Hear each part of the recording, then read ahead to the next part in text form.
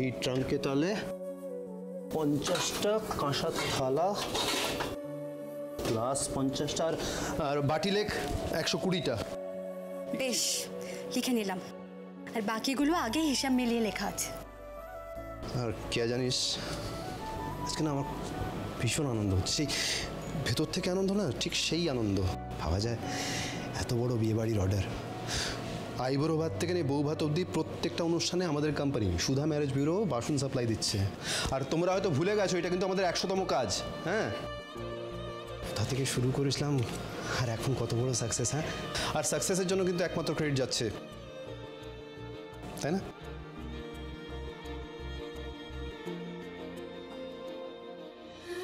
কি গো, আমরা তোমার এত প্রশংসা করছি আর তুমি কাজেই ব্যস্ত? এইটুকু কাজ আমাদের উপর ছেড়ে দাও, সব মাল রেডি আছে, জাস্ট নিয়ে বেরিয়ে যাবো। আর বলছি কাকি, তুমি যাবে তুমি মেয়েটার আইবুড়ো ভাতে?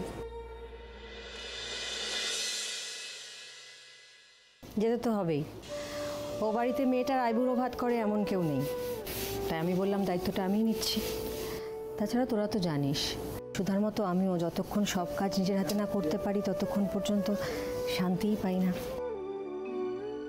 মাঝে মাঝে কি মনে হয় জানিস, ভাগ্যিস সেদিন সুধার কথা রেখে ওর বাবার মিনিকারি কাজ করা বাসনগুলো দিয়ে কাজ শুরু করার কথা ভেবেছিলাম।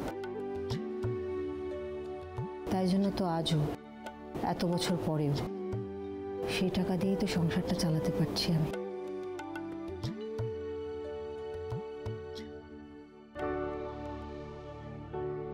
সুধা,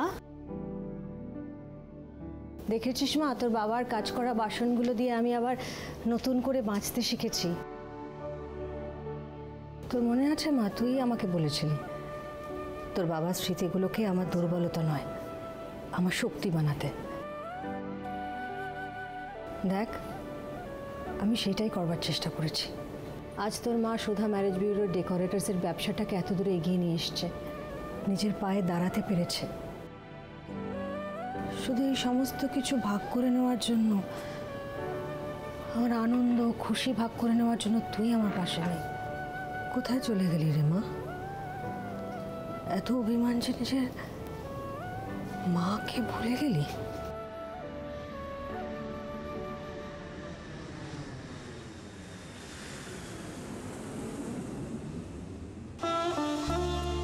কাকি, নিজেকে সামলাও কাকি। আজকে এত শুভ দিনে কেন চোখের জল ফেলছো? আজ অনেক বড় অর্ডার কাকি, অনেক বড় পরিবারের মেয়ের বিয়ের দায়িত্ব পেয়েছো তুমি। যাও, ভালো করে কাজটা করে এসো তো কাকি।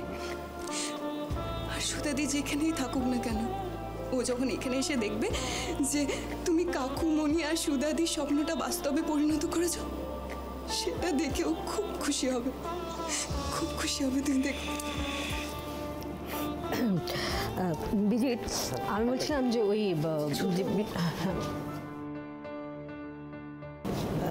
বলছি একটা ভালো কাজে যাচ্ছিস তো, নে না একটু মিষ্টি মুখ করে নে।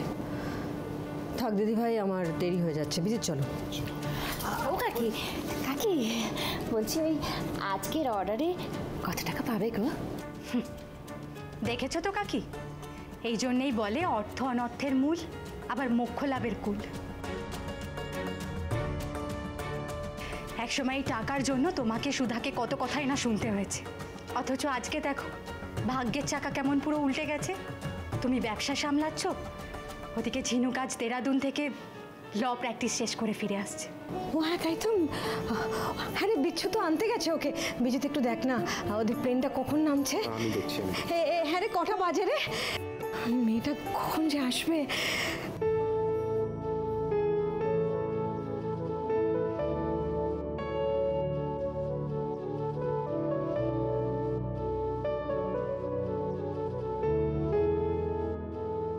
I made it দিদি, I made it.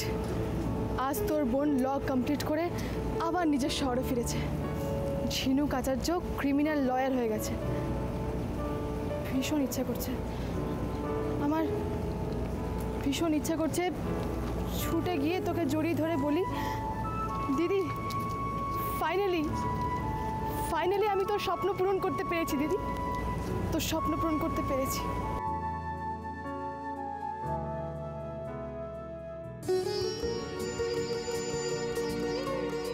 সবাই বলে সুধা আর নেই, কিন্তু কাকি তুমি এখনো বিশ্বাস রেখেছো যে সুধা ফিরে আসবে?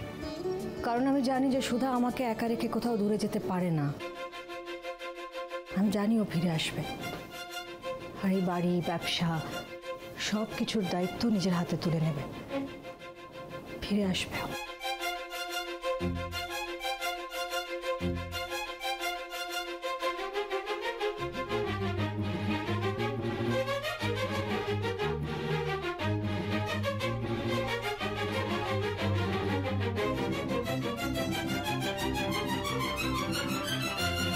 ঠিক যেন মনে হলো দিদি গেল। ঝিনুক, ঝিনুক, ঝিনুক, ঝিনুক, ঝিনুক।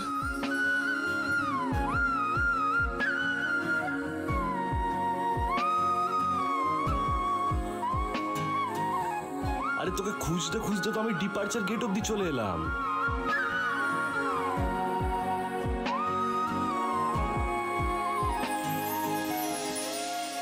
মামা মামা ওইদিকে কি দেখছো? কিছু না মাম্মা, আমার মনে হলো কেউ যেন আমায় ডাকছে। ওহো, তোমাকে কি এখানে কেউ চেনে নাকি যে ডাকবে? চেনে তো মা, এই শহরকে আমি যতটা চিনি এই শহরও ঠিক ততটাই আমাকেও চেনে। এই শহরেই তো আমার জন্ম, আমার বড় হয়ে ওঠা, তোর বাবার সাথে দেখা হওয়া, তার সাথে কাটানো সমস্ত সুখের স্মৃতি সব এই শহরেই। তাই বাবা এখানে থাকে? তাহলে আজ আমাকে বাবার গল্প বলবে তো মাম্মা? নিশ্চয়ই শোনাবো। এখনই বলবে কিন্তু, গাইতে যেতে যেতেই গল্পটা। আমায় ছাড়া কোন গল্প শুনবে বিএফএফ?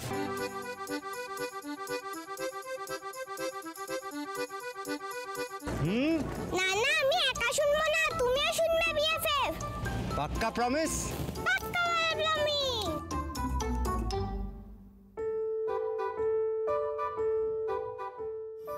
এই তোরি, আমি তোমায় কতবার বলেছি না এসব ডাকবে না? আঙ্কেল বলো। মোটেই না। আমি কি বুড়ো নাকি যে আঙ্কেল হব?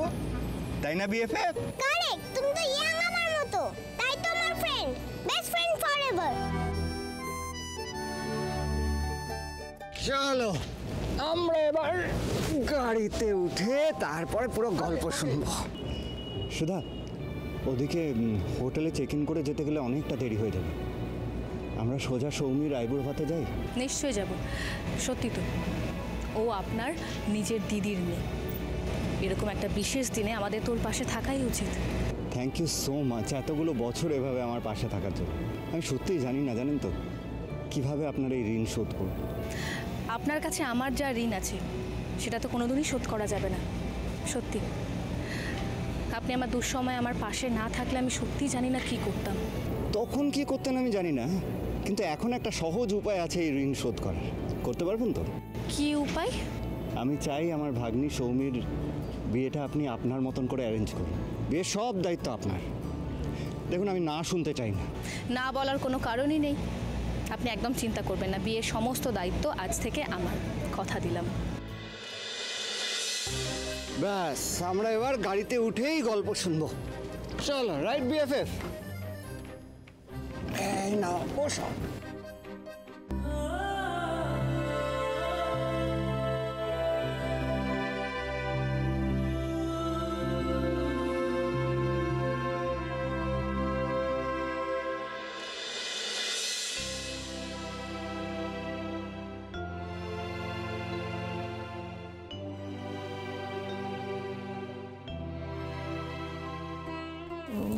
শ্রী গণেশায় নমো নমঃ।